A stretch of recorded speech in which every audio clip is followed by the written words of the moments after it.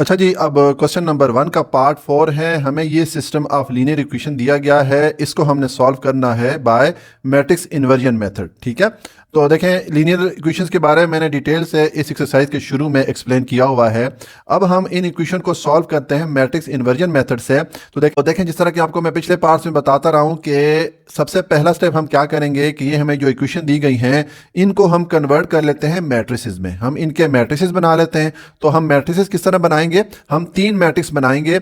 एक मैट्रिक्स में हम कोफिशिएंट की वैल्यूज रखेंगे। कोफिशिएंट कौन सी वाली वैल्यूज होती हैं, ये जो एक्स और वाई के साथ वैल्यूज आ रही, जैसे ये 3 है, -2 है, 5 है और -2, ये कोफिशिएंट की वैल्यूज है। इनको हम अलग एक मैट्रिक्स में रख लेते हैं और एक मैट्रिक्स में हम वेरिएबल रख लेंगे। यहाँ पर 2 वेरिएबल्स आ रहे हैं, एक्स और वाई। ठीक है, और एक मैट्रिक्स में हम ये जो अलग से नंबर आ रहे हैं जिनको कांस्टेंट बोलते हैं, तो एक मैट्रिक्स में हम ये कांस्टेंट रख लेते हैं। ठीक है, हम 3 मैट्रिक्स बनाएंगे। तो देखिए मैं पहले वाला मैट्रिक्स बनाता हूं, इसमें मैं कोफिशिएंट की जो वैल्यूज है वो सारी रख लेता हूं। ये आ जाएगा 3, उसके बाद यहां पर आ जाएगा -2। ठीक है, और यहां पर ये आ गया 5 और ये आ जाएगा -2। तो ये हमने कोफिशिएंट के लिए मैट्रिक्स बना दिया। ठीक है, उसके बाद दूसरा मैट्रिक्स आप बनाएं, उसमें आपने वेरिएबल्स रखने हैं। तो वेरिएबल्स यहाँ पर 2 है, एक x है और एक y है। एक हमने ये मैट्रिक्स बना दिया और इज इक्वल टू इक्वेशन की दूसरी साइड पे हम ये जो 2 कांस्टेंट आ रहे हैं इनके लिए मैट्रिक्स बना लेते हैं। तो ये आ जाएगा -6 और -10। ठीक है, ये हो गया। अब देखें ये जो मैंने 2 मैट्रिक्स लिखे हुए हैं, अगर इनको आप मल्टीप्लाई करेंगे तो वापस आपको यही वाली एक्सप्रेशन मिलेगी। ठीक है, इसकी मिसाल मैं देता होता हूं। ये ऐसा ही है जैसे अगर हम 10 को इस तरह लिखें या 2 × 5 करके लिखें, तो अगर आप इसको सॉल्व करेंगे तो आपको वापस 10 ही मिलेगा। इसी तरह आप इन दोनों मैट्रिक्स को अगर आप मल्टीप्लाई करेंगे तो आपको यही वाली एक्सप्रेशन वापस मिलेगी। ठीक है, अब देखें हमने ये 3 मैट्रिक्स बना दिए हैं। नेक्स्ट हम ये करते हैं कि इन मैट्रिक्स को नाम दे देते हैं। तो मैं लिखूंगा लेट, हम फर्ज करते हैं कि ये जो पहला मैट्रिक्स है कोफिशिएंट मैट्रिक्स जो है, इसको हम ए के को रख लेते हैं। तो मैं लिखूंगा a इज इक्वल टू 3 -2 5 -2। ठीक हो गया। और उसके बाद ये जो दूसरा मैट्रिक्स वेरिएबल वाला मैट्रिक्स है, इसको आप x के इक्वल रख दें, तो ये आ जाएगा x और y। ठीक है, और ये जो तीसरा मैट्रिक्स है, इसको जो कांस्टेंट वाला मैट्रिक्स है, इसको आप b के इक्वल रख दें। ठीक है, तो ये आ जाएगा -6 और -10। ठीक है, ये हमने तीनों मैट्रिसेस को नाम दे दिए। अब देखें ये जो इक्वेशन है, इस इक्वेशन में मैट्रिसेस की जगह हमने ये जो नाम दिए मैट्रिसेस को, ये जो वेरिएबल्स हैं, ये अगर पुट करें तो पहले वाले मैट्रिक्स की जगह हम पुट करेंगे a। ठीक है, दूसरे वाले मैट्रिक्स की जगह हम पुट कर लेंगे x को और इज इक्वल टू इस मैट्रिक्स की जगह आ जाएगा b। ठीक है, तो ये हमारा एक फार्मूला बन गया। अब देखें हमें क्या चाहिए, हमें कैलकुलेट करना है इस x मैट्रिक्स की वैल्यू, यानी कि x और y की वैल्यूज फाइंड करनी है। तो उसके लिए हम x को एक तरफ रखते हैं और इस a को दूसरी तरफ लेके जाएं। a यहाँ पे मल्टीप्लाई हो रहा है x के साथ, दूसरी तरफ जाके b पे a डिवाइड हो जाएगा। ठीक है, और अब आप नेक्स्ट स्टेप में ये करें कि इस a को ऊपर ले जाएं। तो देखें a की पावर क्या है, a की एक्सपोनेंट 1 है। जब भी वेरिएबल की एक्सपोनेंट 1 होती है हम नहीं लिखते होते। तो अब इसको अगर आप ऊपर लेके जाएंगे तो इसकी जो पावर है वो हो जाएगी -1। ठीक है, और साथ में ये आ जाएगा b। तो ये हमारा फॉर्मूला बन गया है। इससे हम ये जो हमारे पास मैट्रिक्स x है, यानी कि x और y, इसकी वैल्यू फाइंड करेंगे। तो उसके लिए हमें फिर किस चीज़ की ज़रूरत पड़ी है, हमें a इनवर्स की वैल्यू पहले फाइंड करना पड़ेगी। यानी कि जो मैट्रिक्स a है इसकी इनवर्स वैल्यू फाइंड करेंगे। जब हमारे पास वो वैल्यू आ जाएगी तो उस वैल्यू को हम मल्टीप्लाई करेंगे इस मैट्रिक्स b के साथ, तो हमारे पास इस मैट्रिक्स के लिए यानी कि x और y की वैल्यूज आ जाएंगी। तो अब देखें इनवर्स हम किस तरह फाइंड करते होते हैं। हमने पिछली एक्सरसाइज में पढ़ा था कि किसी भी मैट्रिक्स का अगर हम इनवर्स मैट्रिक्स मालूम करना चाहते हैं, जैसे ये a मैट्रिक्स है, इसका इनवर्स मैट्रिक्स मालूम करना चाहता हूं, तो इसका फॉर्मूला है a inverse is equal to adjoint of a divided by determinant of a। ठीक है, ये मैंने आपको समझाने के लिए यहाँ पर लिखा हुआ है, आपको ये फार्मूला जुबानी मालूम होना चाहिए। तो अब हमें देखें ये इनवर्स फाइंड करने के लिए एक तो ये जो मैट्रिक्स a है इसकी डिटर्मिनेंट की वैल्यू फाइंड करनी है, और दूसरा हमने इस मैट्रिक्स a के लिए एडजॉइंट मैट्रिक्स मालूम करना होगा। जब ये दो वैल्यूज आ जाएंगी हम यहाँ पर पुट करेंगे तो हमारे पास a इनवर्स की वैल्यू आ जाएगी। तो पहले हम डिटर्मिनेंट की वैल्यू फाइंड करते हैं। तो मैं लिखूंगा, अब ये जो मैट्रिक्स a है इसकी डिटर्मिनेंट की वैल्यू हमने फाइंड करनी है, तो मैं लिखूंगा a डिटर्मिनेंट। ठीक है, ये मैंने मैट्रिक्स a लिखा और 2 बार्स के अंदर इसको मैंने लिख दिया। ठीक है, उसके बाद आप जो इसकी एंट्रीज हैं उनको भी इस तरह 2 बार्स के अंदर शो कर दें। तो ये आ जाएगा 3 -2 और ये आ गया 5 -2। ठीक है, अब नेक्स्ट हम डिटर्मिनेंट कैलकुलेट करते हैं। मैं यहां पर कैलकुलेट करूंगा।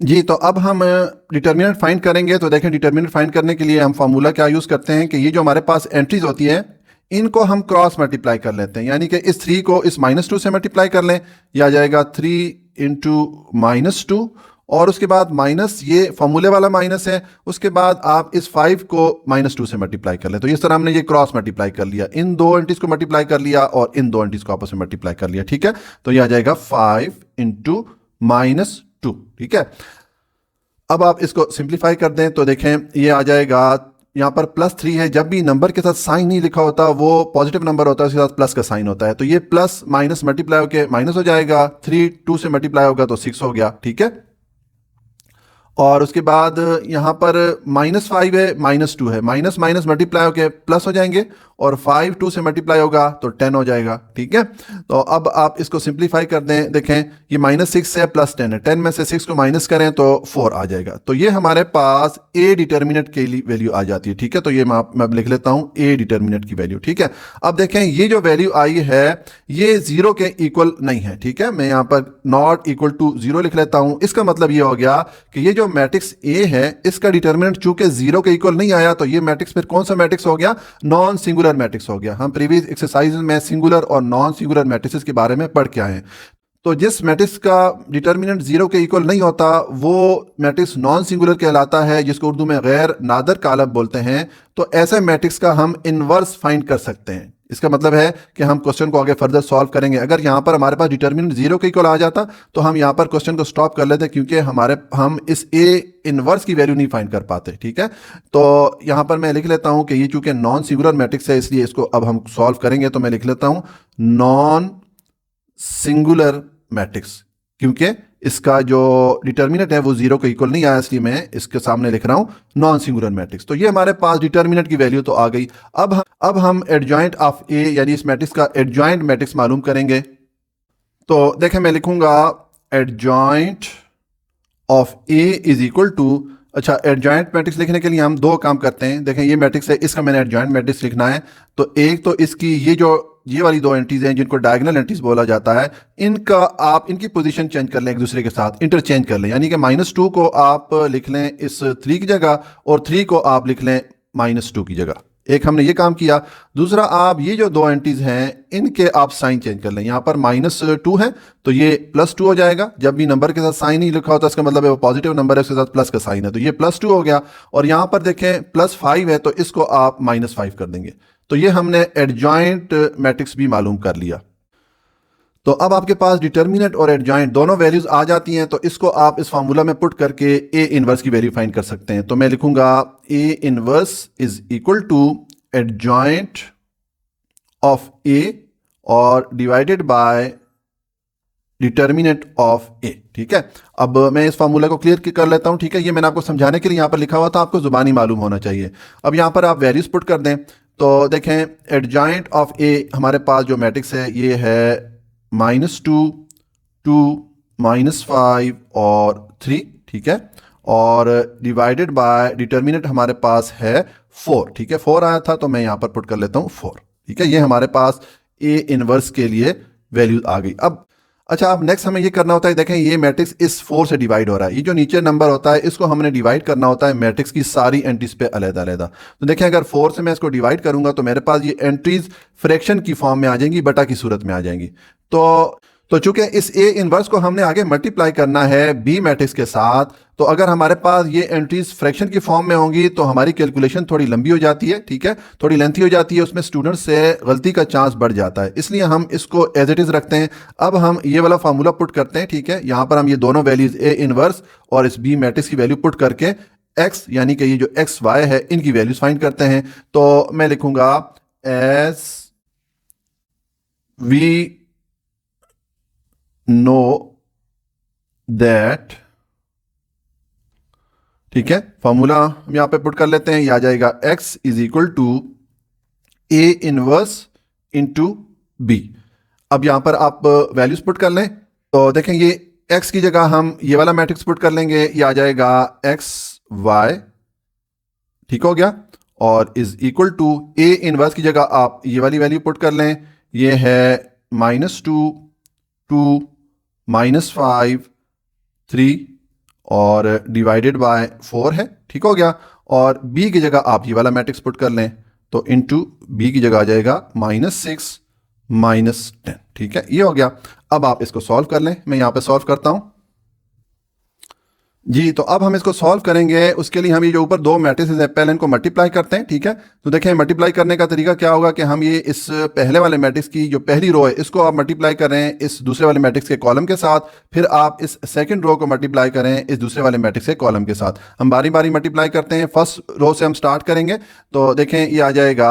अब मल्टीप्लाई करने का जो तरतीब होगी वो क्या होगी कि ये इस रो की पहली एंट्री को इस कॉलम की पहली एंट्री से मल्टीप्लाई कर दें और दूसरी एंट्री को दूसरी एंट्री से मल्टीप्लाई कर दें। तो पहली एंट्री हमारे पास है -2, ठीक है। इसको आप मल्टीप्लाई करें कॉलम की पहली एंट्री -6 के साथ और उसके बाद प्लस का साइन आएगा। अब सेकेंड एंट्री हमारे पास रो की 2 है, इसको मल्टीप्लाई करें कॉलम की सेकेंड एंट्री -10 के साथ, ठीक है। ये हमने पहली रो को मल्टीप्लाई कर दिया। अब सेकेंड रो पे आ जाएं, यहां पर पहली एंट्री है -5, इसको आप मल्टीप्लाई करें कॉलम की पहली एंट्री -6 के साथ, उसके बाद प्लस का साइन आएगा। अब इस रो की सेकेंड एंट्री 3 है, इसको मल्टीप्लाई करें कॉलम की सेकेंड एंट्री -10 के साथ, ठीक है। तो ये हमने सेकेंड रो को भी मल्टीप्लाई कर लिया और डिवाइडेड बाय आ जाएगा 4। अब आप इसको सिंप्लीफाई कर दें तो देखेंगे आ जाएगा -2 -6, माइनस माइनस मल्टीप्लाई के प्लस हो जाएंगे, 2 6 से मल्टीप्लाई होगा तो 12 हो गया, ठीक है। उसके बाद ये +2 -10, प्लस माइनस मल्टीप्लाई होकर माइनस हो जाएगा, 2 10 से मल्टीप्लाई होगा तो 20 हो गया। और यहाँ पर -5 -6, माइनस माइनस मल्टीप्लाई के प्लस हो जाएंगे, 5 6 से मल्टीप्लाई होगा तो 30 हो गया। और उसके बाद ये +3 -10, प्लस माइनस मल्टीप्लाई के माइनस हो जाएंगे, 3 10 से मल्टीप्लाई होगा तो 30 हो गया, ठीक है। और डिवाइडेड बाय ये वाला 4 आ गया। अब आप इसको सिंप्लीफाई कर दें तो देखें ये आ जाएगा +12 -20, 20 में से 12 को माइनस करें तो 8 आ जाता है, साइन आ जाएगा बड़ी वैल्यू का, माइनस का साइन पुट कर दें। और ये +30 और -30 एक दूसरे के साथ रिडक्ट हो जाएंगे, पीछे 0 रह जाएगा, ठीक है। और डिवाइडेड बाय 4 आ गया। अब आप इस 4 को इस मैट्रिक्स की दोनों एंट्रीज पे डिवाइड कर लें। तो अब हम इसको डिवाइड कर लेते हैं। देखें ये आ जाएगा, पहले आप -8 पे डिवाइड कर लें 4 को, मैंने -8 पे 4 को डिवाइड कर लिया। और दूसरा अब आप 0 पे डिवाइड कर लें 4 को, ठीक है। ये मैंने डिवाइड कर लिया। तो अब देखें इसको आप सिंप्लीफाई करें, ये आ जाएगा, ये 4 1 द 4 और 4 डिवाइड होगा 8 पे 2 टाइम, तो यहां पर हमारे पास -2 आ गया, ठीक है। और ये 4 0 पे डिवाइड होगा तो 0 हो जाएगा। ये हमारे पास मैट्रिक्स आ गया, ठीक है। और ये मैट्रिक्स किसके इक्वल है, ये हम एक्स वाई के इक्वल हमने इसको रखा था, तो ये आ जाएगा, यहां पर मैं पुट कर लेता हूं एक्स और वाई। तो देखें अब ये दो मैट्रिसेस हैं, इनके दरमियान इक्वल का साइन है, इसका मतलब है कि ये दोनों मैट्रिसेस आपस में इक्वल हैं। तो हम पिछली एक्सरसाइजेस में पढ़ के आए कि जब दो मैट्रिसेस इक्वल हों तो उनकी कोरिस्पॉन्डिंग एंट्रीज भी इक्वल होती हैं, यानी कि ये x इक्वल हो जाएगा -2 के और y इक्वल हो जाएगा 0 के, ठीक है। तो मैं लिखूंगा इसका मतलब ये हो गया कि x इक्वल है -2 के, क्योंकि x की कोरिस्पॉन्डिंग एंट्री ये -2 है, और y इक्वल हो जाएगा 0 के, क्योंकि y की कोरिस्पॉन्डिंग एंट्री ये 0 है, ठीक है। तो देखें यहां पर हमारा ये क्वेश्चन कंप्लीट हो जाता है। लेकिन अगर आप ये चेक करना चाहते हैं कि ये जो वैल्यूज हमारे पास आई हैं x और y की, ये करेक्ट आई हैं या नहीं, तो आप ये दोनों वैल्यूज, ये जो आपको इक्वेशन दी गई है लीनियर इक्वेशन, यहां पर पुट करें तो आपके पास दोनों इक्वेशन के लिए लेफ्ट हैंड साइड और राइट हैंड साइड इक्वल आना चाहिए, दोनों साइड पे सेम वैल्यूज आनी चाहिए। अगर दोनों साइड पे सेम वैल्यूज आ जाती हैं तो इसका मतलब है कि ये जो वैल्यूज हैं हमारी x और y की, ये करेक्ट है, ठीक है। तो ये हमने इन इक्वेशन को सॉल्व कर लिया मैट्रिक्स इन्वर्जन मेथड से। अब हम इन इक्वेशन को सॉल्व करते हैं क्रैमर रूल को यूज करते हुए। अच्छा जी, अब क्वेश्चन नंबर 1 का पार्ट 4 है। हमें ये सिस्टम ऑफ लीनियर इक्वेशन दिया गया है, इसको हमने सॉल्व करना है, यानी कि हमें ये वेरिएबल x और y की वैल्यूज फाइंड करेंगे। अच्छा देखें, लीनियर इक्वेशन के बारे में मैंने डिटेल से इस एक्सरसाइज के शुरू में एक्सप्लेन किया हुआ है। अगर आप ज़्यादा डिटेल देखना चाहते हैं तो इस एक्सरसाइज का जो शुरू वाला पार्ट है वो देख लीजिए। अच्छा, अब ये हमने लीनियर इक्वेशन इनको सॉल्व करना है क्रैमर्स रूल को यूज़ करते हुए। तो देखें, क्रैमर्स रूल को यूज़ करते हुए हम वेरिएबल x और y की वैल्यूज़ फाइंड करेंगे। उसके लिए हम ये दो फार्मूला यूज़ करेंगे, ठीक है। अब अगर आप ये फार्मूलाज देखें तो इसमें हमें तीन मैट्रिसेस की जरूरत पड़ेगी। एक मैट्रिक्स ए चाहिए होगा जिसका हम डिटर्मिनेंट मालूम करेंगे और वो वैल्यू हम यहाँ इस पहले वाले फार्मूले में और इस दूसरे वाले फार्मूला में पुट करेंगे, ठीक है। दूसरा मैट्रिक्स हमें ए एक्स का चाहिए होगा जिसका हम डिटर्मिनेंट मालूम करके इस पहले वाले फार्मूले में पुट करेंगे इस वेरिएबल x की वैल्यू फाइंड करने के लिए। और तीसरा मैट्रिक्स हमें चाहिए होगा ए वाई, ठीक है। इसका हम डिटर्मिनेंट फाइंड करके यहां पर पुट करेंगे दूसरे वाले फार्मूले में इस वेरिएबल y की वैल्यू फाइंड करने के लिए। तो हम ये तीनों मैट्रिक्स पहले लिखते हैं। पहले मैं लिखूंगा मैट्रिक्स ए, ठीक है। इसकी मैं एंट्रीज लिखता हूं। ये एक हमें मैट्रिक्स ए चाहिए और एक हमें मैट्रिक्स ए एक्स चाहिए, यानी कि ये जो फार्मूले में आ रहा है, ठीक है, पहले वाले फार्मूले में। इसकी भी मैं अभी एंट्रीज लिखता हूं। और एक मैट्रिक्स हमें चाहिए ए वाई, ठीक है, यानी कि ये जो इस दूसरे वाले फार्मूले में आ रहा है, ठीक है। और इसकी भी मैं अभी एंट्रीज लिखता हूं। तो देखें, पहले जो मैट्रिक्स ए है इसकी एंट्रीज मैं लिखूंगा। तो इसमें कौन सी वाली एंट्रीज आएंगी? ये जो हमें लीनियर इक्वेशन दी गई हैं इनमें जो कोएफिशिएंट की वैल्यूज हैं, कोएफिशिएंट की कौन सी वैल्यूज होती हैं? ये जो वेरिएबल के साथ लिखे हुए हैं नंबर, ये जो वैल्यूज आ रही है, जैसे 3 है, -2 है, 5 है, -2, ये इनको कोएफिशिएंट कहा जाता है, ठीक है। तो ये जो वैल्यूज है ये आप इस मैट्रिक्स ए में लिख दें। तो देखें, ये पहली हमारे पास वैल्यू क्या है? 3 है और दूसरी वैल्यू क्या है? -2। इसी तरह ये वैल्यू यहां पर आ जाएगी 5 और ये आ गया -2। तो ये हमने जो कोफिशिएंट की वैल्यूज आ रही थी इन लीनियर इक्वेशन में वो हमने यहां पर लिख दी। ये हमने मैट्रिक्स ए लिख दिया, ठीक है। अब हम मैट्रिक्स ए एक्स की एंट्रीज लिखेंगे। तो देखें, उसके लिए आप ये मैट्रिक्स ए पे आए, इसका पहले वाला कॉलम छोड़ दें और दूसरे वाला कॉलम आप लिख लें। ये आ गया -2 और -2, ठीक है। और ये जो पहले वाला कॉलम है इसकी जगह आप ये वाली वैल्यूज लिख दें। ये इनको कांस्टेंट वैल्यूज भी कहा जाता है। ये वाली आप यहां पर लिख दें। तो ये आ जाएगा -6 और -10, ठीक है। तो ये हमने मैट्रिक्स ए एक्स की वैल्यूज लिख दी। अब मैट्रिक्स ए वाई की वैल्यूज लिखेंगे। तो उसके लिए भी ये मैट्रिक्स ए पे आए, ठीक है। इसका जो पहले वाला कॉलम है वो आप लिख दें। ये आ जाएगा 5, 3 और 5। और सेकंड वाले कॉलम को छोड़ दें। सेकंड वाले कॉलम की जगह आप ये वाली वैल्यूज लिख दें जिस तरह हमने यहां पर फर्स्ट कॉलम में लिखी थी। यहां पर आप सेकंड वाले कॉलम में ये वैल्यूज लिख दें। ये जो कांस्टेंट वैल्यूज हैं ये आ जाएगा -6 और -10, ठीक है। मैं रिपीट कर लेता हूं कि जब मैंने मैट्रिक्स ए एक्स की एंट्रीज लिखी तो इसके लिए मैंने ये मैट्रिक्स ए का पहले वाला कॉलम छोड़ दिया और इसी की जगह मैंने ये वैल्यू लिख दी, ठीक है। और जब मैंने मैट्रिक्स ए वाई की एंट्रीज यहां पर लिखी तो इसके लिए मैंने इस मैट्रिक्स ए का दूसरे वाला कॉलम छोड़ दिया और इसकी जगह मैंने ये वाली वैल्यूज लिख दी जो कांस्टेंट वैल्यूज भी कहलाती हैं। तो ये हमारे पास तीन मैट्रिसेस आ गए हैं। अब हमें नेक्स्ट इन तीनों मैट्रिसेस का डिटर्मिनेंट फाइंड करना पड़ेगा, क्योंकि अगर आप ये फार्मूलाज देखें तो तीनों मैट्रिसेस के हमें डिटर्मिनेंट फाइंड करके यहां पर पुट करने हैं। तो पहले हम ये जो मैट्रिक्स ए है इसका डिटर्मिनेंट फाइंड करते हैं। तो मैं लिखूंगा ये वाला मैट्रिक्स है, ये आ गया ए और इसके दोनों तरफ मैं बार्स डालता हूं, ठीक है, क्योंकि इसका डिटर्मिनेंट मालूम करना है। ये आ गया determinant of A is equal to, और अब इसकी जो एंट्रीज है उनको भी आप इस तरह बार्स के अंदर लिख दें। ये आ जाएगा 3, -2, 5, -2। अब आप इसका डिटर्मिनेंट कैलकुलेट करें, फॉर्मूला पुट करेंगे डिटर्मिनेंट फाइंड करने का। डिटर्मिनेंट का फार्मूला क्या होता है कि ये जो एंट्रीज होती हैं इनको हम क्रॉस मल्टीप्लाई कर लेते हैं, यानी कि इन दो एंट्रीज को पहले मल्टीप्लाई करें। ये आ जाएगा 3 × -2 और उसके बाद माइनस का साइन आएगा, ये फॉर्मूले वाला माइनस है। अब आप इन दो एंट्रीज को मल्टीप्लाई कर लें, ठीक है। तो ये आ गया 5 × -2। तो ये हमने इस तरह क्रॉस मल्टीप्लीकेशन कर ली। मैं इसको रिमूव करता हूं। अब आप इसको सिंप्लीफाई कर लें तो देखें ये +3 है। हम जानते हैं जब भी नंबर के साथ साइन नहीं लिखा होता वो पॉजिटिव नंबर होता है, उसके साथ प्लस का साइन होता है। तो ये प्लस इस माइनस से मल्टीप्लाई होकर माइनस हो जाएगा। 3 2 से मल्टीप्लाई होगा तो 6 हो गया। उसके बाद ये -5 और -2 है, माइनस माइनस मल्टीप्लाई होकर प्लस हो जाते हैं। 5 2 से मल्टीप्लाई होगा तो 10 हो गया, ठीक है। अब आप इसको सिंप्लीफाई कर दें। ये -6 है और +10 है, 10 में से 6 को माइनस करें तो 4 आ जाता है। तो ये हमारे पास ये जो मैट्रिक्स ए है इसकी डिटर्मिनेंट की वैल्यू आ गई है। A determinant is equal to 4। अब देखें ये जो वैल्यू आई है ये 0 के इक्वल नहीं है, तो मैं लिख लेता हूं इज नॉट इक्वल टू 0। इसका मतलब ये हो गया कि ये जो मैट्रिक्स ए है ये नॉन सिंगुलर मैट्रिक्स है। मैं यहां पर लिख लेता हूं नॉन सिंगुलर। नॉन सिंगुलर और नॉन सिंगुलर मैट्रिक्स के बारे में हमने प्रीवियस एक्सरसाइज में हम पढ़ के आए हैं, ठीक है। ऐसा मैट्रिक्स जिसका डिटर्मिनेंट 0 के इक्वल ना हो वो नॉन सिंगुलर मैट्रिक्स कहलाता है, जिसको उर्दू में गैर नादिर कालब बोलते हैं, ठीक है। और जब हमारे पास नॉन सिंगुलर मैट्रिक्स आ जाता है तो इसका मतलब है कि ये जो हमें इक्वेशन दी गई हैं इनका सॉल्यूशन पॉसिबल है। हम क्वेश्चन को आगे फर्दर कैरी ऑन करेंगे और इसको सॉल्व करेंगे। लेकिन अगर ये डिटर्मिनेंट जीरो के इक्वल आ जाता तो इसका मतलब ये होता कि ये जो मैट्रिक्स ए है ये सिंगुलर मैट्रिक्स है, जिसको उर्दू में नादर कालब बोलते हैं। तो फिर ये जो इक्वेशंस हैं इनका सॉल्यूशन पॉसिबल नहीं होता। हम यहाँ पर क्वेश्चन को स्टॉप कर लेते हैं।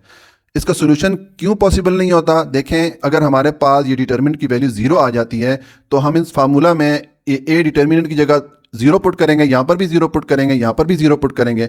तो जीरो को किसी भी वैल्यू पे डिवाइड करें तो आपको अनडिफाइंड वैल्यू मिलती है, इनफाइनाइट इस तरह की वैल्यू मिलती है। मतलब यह है कि इसका कोई सोल्यूशन पॉसिबल नहीं है। ठीक है, इसलिए सिंगुलर मैट्रिक्स की सूरत में फिर इसका सॉल्यूशन पॉसिबल नहीं होता। लेकिन चूंकि यहाँ पर नॉन सिंगुलर मैट्रिक्स है तो हम इसको अब सॉल्व करेंगे। ये हमारे पास डिटर्मिनेंट की वैल्यू आ गई है मैट्रिक्स ए के लिए, यानी कि ये वैल्यूज हमारे पास आ गई हैं इस फार्मूले की। अब नेक्स्ट हमें ए एक्स का डिटर्मिनेंट चाहिए और ए वाई का डिटर्मिनेंट चाहिए।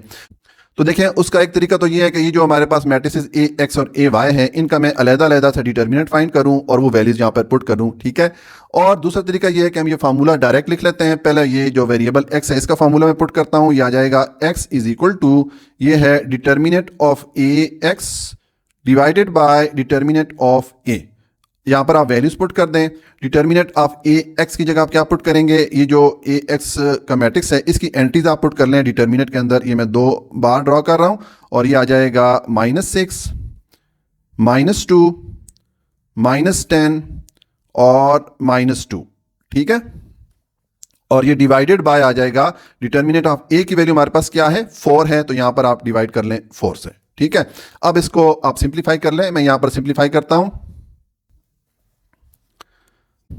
तो अब हम ये पहले ऊपर वाला पार्ट सॉल्व करते हैं। यहां पर डिटर्मिनेंट फाइंड करने का फार्मूला हम पुट करेंगे।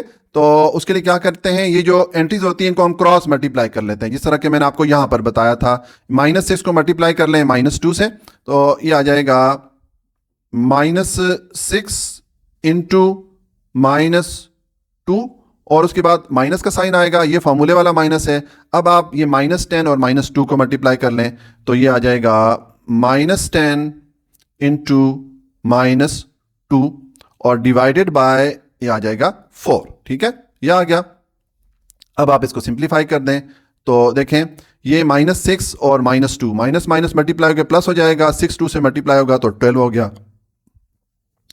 इसी तरह पहले ये वाला पार्ट अगर सॉल्व करें, -10 और -2 माइनस माइनस मल्टीप्लाई होकर प्लस हो जाएगा, 10 2 से मल्टीप्लाई होगा तो 20 हो जाएगा। ठीक है, तो ये हमारे पास +20 आ गया। अब इस +20 को आप इस माइनस से मल्टीप्लाई करेंगे तो ये माइनस इस प्लस से मल्टीप्लाई होकर माइनस हो जाएगा और साथ में ये आ जाएगा 20। ठीक है, तो हमने इस पार्ट को भी सॉल्व कर लिया। अब डिवाइडेड बाय आ जाएगा ये 4। ठीक है, इसको आप सिंप्लीफाई कर लें तो देखें यहां पर है +12 और -20। 20 में से 12 को माइनस करें तो 8 आता है और साइन किसका आएगा? बड़ी वैल्यू का, यानी कि माइनस का साइन पुट कर दें और डिवाइडेड बाय ये 4 आ गया। तो अब देखें ये 4 1 द 4 हो जाता है और 4 2 द 8 हो गया। तो ये हमारे पास यहाँ पर क्या फ्रैक्शन बनी? ये -2/1 बनेगी। ठीक है, तो हम ये -2 ये वाला पार्ट ले लेंगे, इस 1 को हम ड्रॉप कर लेंगे। तो ये हमारे पास वेरिएबल x की वैल्यू फिर क्या आ गई? ये आ गई है -2। ये हमारे पास वेरिएबल x की वैल्यू आ गई। अब हम वेरिएबल y की वैल्यू फाइंड करेंगे तो ये फॉर्मूला पुट करें, ये आ जाएगा y is equal to determinant of A y divided by determinant of A. ठीक है, यहां पर आप वैल्यूज पुट कर दें। तो अब ये देखें, ये डिटर्मिनेंट ऑफ ए वाई आ रहा है, यानी कि ये जो मैट्रिक्स ए वाई है इसका हम डिटर्मिनेंट यहां पर लिखेंगे। तो मैं इसकी एंट्रीज को इस तरह 2 बार्स के अंदर शो कर लेता हूं। ये आ जाएगा 3 -6 और 5 -10। ठीक है, और डिवाइडेड बाय डिटर्मिनेंट ऑफ ए की वैल्यू हमारे पास क्या है? 4 है, तो यहां पर आप पुट कर दें 4। इसको आप सिंप्लीफाई कर दें तो उसके लिए ये पहले ऊपर वाला पार्ट सॉल्व करेंगे, यानी कि डिटर्मिनेंट फाइंड करेंगे। तो हम डिटर्मिनेंट का फॉर्मूला पुट करेंगे, यानी कि जो एंट्रीज हैं इनको हम क्रॉस मल्टीप्लाई करेंगे, जिस तरह कि मैंने आपको यहां पर बताया फिर यहां पर भी बताया। तो ये आ जाएगा 3 × -10, 3 × -10 और उसके बाद माइनस का साइन आएगा, ये फॉर्मूले वाला माइनस है। अब ये 2 एंट्रीज मल्टीप्लाई कर लें, 5 × -6, ये हमने क्रॉस मल्टीप्लीकेशन कर ली। ये 2 एंट्रीज मल्टीप्लाई कर ली और ये 2 एंट्रीज मल्टीप्लाई कर ली। ठीक है, और डिवाइडेड बाय ये आ जाएगा 4। तो अब आप इसको सिंप्लीफाई करें, देखें यहाँ पर +3 है, जब भी नंबर के साथ साइन नहीं लिखा होता वो पॉजिटिव नंबर होता है, उसके साथ प्लस का साइन होता है। तो ये प्लस माइनस से मल्टीप्लाई होकर माइनस हो जाएगा, 3 10 से मल्टीप्लाई होगा तो 30 हो गया। उसके बाद ये -10 और -6 माइनस माइनस मल्टीप्लाई होकर प्लस हो जाएंगे, और 5 6 से मल्टीप्लाई होगा तो 30 हो गया, और डिवाइडेड बाय ये आ जाएगा 4। और अब इसको आप सॉल्व करें तो देखेंगे -30 + 30 एक दूसरे के साथ डिडक्ट हो जाएंगे तो 0 आ जाएगा, और डिवाइडेड बाय 4 आ गया। तो अब 4 को जब आप 0 पे डिवाइड करेंगे तो आपके पास y की वैल्यू क्या आ जाएगी, 0 आ जाएगी। ठीक है, क्योंकि 0 पे कोई भी नंबर डिवाइड करे तो 0 ही रहता है। ठीक है, तो ये हमारे पास y की वैल्यू आ गई, ये हमने x की वैल्यू फाइंड कर ली थी। तो हम लिख लेंगे so x is equal to -2 and y is equal to 0। ये हमारे पास इन दोनों वेरिएबल्स की वैल्यू आ गई है। यहाँ पर हमारा जो सोल्यूशन है वो कंप्लीट हो जाता है। लेकिन देखें, अगर आप इसको डबल चेक करना चाहते हैं कि ये जो वैल्यूज़ आई हैं ये करेक्ट हैं या नहीं है, तो आप ये दोनों वैल्यूज़ इन लीनियर इक्वेशन में पुट करें। अगर इन इक्वेशन की लेफ्ट हैंड साइड और राइट हैंड साइड इक्वल आ जाती हैं तो इसका मतलब है कि हमारी जो वैल्यूज़ आई हैं ये करेक्ट है। ठीक है, तो इस तरह हमने ये लीनियर इक्वेशन जो हमें दी गई थी इनको सॉल्व कर लिया। क्रैमर्स रूल से, और उससे पहले हमने इसको सॉल्व कर लिया था मैट्रिक्स इन्वर्जन मेथड से। तो ये हमारा क्वेश्चन नंबर 1 का पार्ट 4 कंप्लीट हो जाता है।